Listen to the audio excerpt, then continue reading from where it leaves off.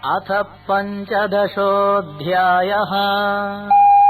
श्रीभगवानुवाच ऊर्ध्वमूलमधः शाखम् अश्वत्थम् प्राहुरव्ययम् छन्दांसि यस्य पर्णानि यस्तम् वेद स वेदवित्। श्री भगवान ने कहा, ज्ञानी पुरुष इस संसार वृक्ष को ऊर्ध्वमूल और अधः शाखा वाला अश्वत्थ और अव्यय कहते हैं, जिसके पर्ण छंद अर्थात वेद हैं। ऐसे संसार वृक्ष को जो जानता है वह वेदवित् है। अधश्चोर्ध्वम् प्रसृतास्तस्य शाखाः गुणप्रवृद्धा विषयप्रवालाः अधश्च मूलान्यनुसंसतानि कर्मानुबन्धीनि मनुष्यलोके। उस वृक्ष की शाखाएं गुणों से प्रवृद्ध हुई नीचे और ऊपर फैली हुई हैं। पंच विषय इसके अंकुर हैं। मनुष्य लोक में कर्मों का अनुसरण करने वाली इसकी अन्य जड़ें नीचे फैली हुई हैं। रूपमस्येह ततोपलभ्यते नान्तो न चादिर्न च सम्प्रतिष्ठा अश्वत्थमेनं सुविरूढमूलम् असङ्गशस्त्रेण दृढेन चित्वा। इस संसार वृक्ष का स्वरूप जैसा कहा गया है वैसा यहाँ उपलब्ध नहीं होता है, क्योंकि इसका न आदि है और न अंत और न प्रतिष्ठा ही है। इस अति दृढ़ मूल वाले अश्वत्थ वृक्ष को दृढ़ असंग शस्त्र से काटकर ततः पदं तत्परिमार्गितव्यम् यस्मिन् गता न निवर्तन्ते भूयः तमेव चाद्यं पुरुषं प्रपद्ये यतः प्रवृत्तिः प्रसृता पुराणी। तदुपरांत उस पद का अन्वेषण करना चाहिए जिसको प्राप्त हुए पुरुष पुनः संसार में नहीं लौटते हैं। मैं उस आदि पुरुष की शरण हूँ जिससे यह पुरातन प्रवृत्ति प्रसृत हुई है। मानमोहाजितसङ्गदोषाः अध्यात्मनित्या विनिवृत्तकामाः द्वन्द्वैर्विमुक्ता सुखदुःखसञ्ज्ञैः गच्छन्त्यमूढाः पदमव्ययम् तत्।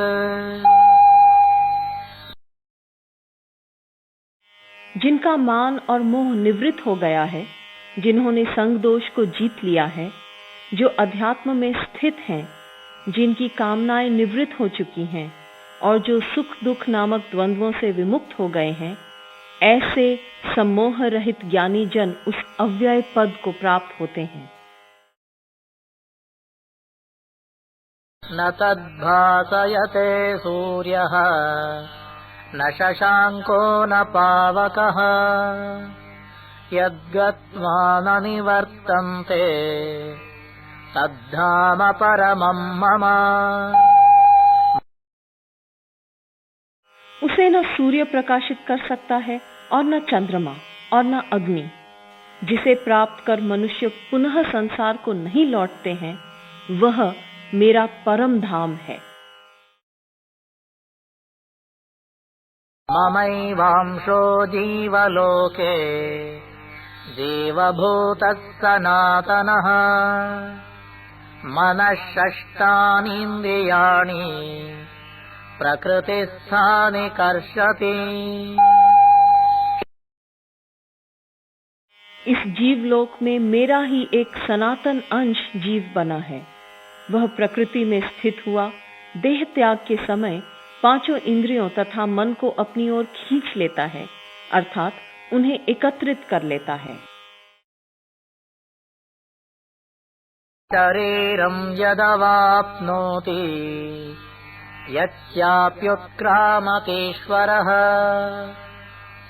गृहीत्वैतानि संयाति वायुर्गन्धानि वाशयात्। जब देह आदि का ईश्वर जीव एक शरीर से उत्क्रमण करता है, तब इन इंद्रियों और मन को ग्रहण कर अन्य शरीर में इस प्रकार ले जाता है जैसे गंध के आश्रय से गंध को वायु ले जाता है। श्रोत्रं चक्षुस्पर्शनं च रसनं घ्राणमेव च अधिष्ठाय मनश्चायं विषयान् उपसेवते। यह जीव श्रोत्र, चक्षु, स्पर्शेंद्रिय, रसना और घ्राण इन इंद्रियों तथा मन को आश्रय करके अर्थात इनके द्वारा विषयों का सेवन करता है। क्रामन्तं स्थितं वापि भुञ्जानं वा गुणान्वितं विमूढानानुपश्यन्ति पश्यन्ति ज्ञानचक्षुषः। शरीर को त्यागते हुए, उसमें स्थित हुए अथवा विषयों को भोगते हुए गुणों से समन्वित आत्मा को विमूढ़ लोग नहीं देखते हैं, परंतु ज्ञान चक्षु वाले पुरुष उसे देखते हैं।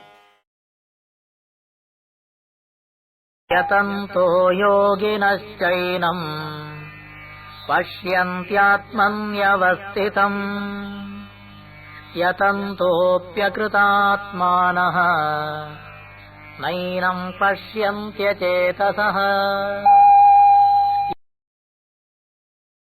योगी जन प्रयत्न करते हुए ही अपने हृदय में स्थित आत्मा को देखते हैं, जबकि अशुद्ध अंतकरण वाले और अविवेकी लोग यत्न करते हुए भी इसे नहीं देखते हैं। यदादित्यगतं तेजः जगद्भासयतेऽखिलम् यच्चन्द्रमसि यच्चाग्नौ तत्तेजो विद्धि मामकम्। जो तेज सूर्य में स्थित होकर संपूर्ण जगत को प्रकाशित करता है तथा जो तेज चंद्रमा में है और अग्नि में है, उस तेज को तुम मेरा ही जानो। कामाविश्य च भूतानि धारयाम्यहमोजसा पुष्णामि चौषधीः सर्वाः सोमो भूत्वा रसात्मकः। मैं ही पृथ्वी में प्रवेश करके अपने ओज से भूतमात्र को धारण करता हूँ और रस स्वरूप चंद्रमा बनकर समस्त औषधियों का अर्थात वनस्पतियों का पोषण करता हूँ। अहं वैश्वानरो भूत्वा प्राणिनां देहमाश्रितः प्राणापानसमायुक्तः पचाम्यन्नं चतुर्विधम्। मैं ही समस्त प्राणियों के देह में स्थित वैश्वानर अग्नि रूप होकर प्राण और अपान से युक्त 4 प्रकार के अन्न को पचाता हूँ। सर्वस्य चाहं हृदि सन्निविष्टः मत्तः स्मृतिर्ज्ञानमपोहनं च वेदैश्च सर्वैः अहमेव वेद्यः वेदान्तकृत् वेदविदेव चाहम्। मैं ही समस्त प्राणियों के हृदय में स्थित हूँ। मुझसे ही स्मृति, ज्ञान और अपोहन उनका अभाव होता है। समस्त वेदों के द्वारा मैं ही वेद्य वस्तु हूँ तथा वेदांत का और वेदों का ज्ञाता भी मैं ही हूँ। द्वाविमौ पुरुषौ लोके क्षरश्चाक्षर एव च क्षरः सर्वाणि भूतानि कूटस्थोऽक्षर उच्यते। इस लोक में क्षर और अक्षर ये दो पुरुष हैं। समस्त भूत क्षर हैं और कूटस्थ अक्षर कहलाता है।